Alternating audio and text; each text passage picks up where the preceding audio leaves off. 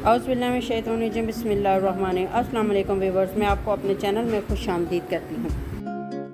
ज़िंदगी में किसी को इतना मत चाहो कि इसके बिना कुछ और नज़र ही ना आए। जब वो ठोकर मारता है तो हम कहीं के नहीं रहते। निकाह क्या है?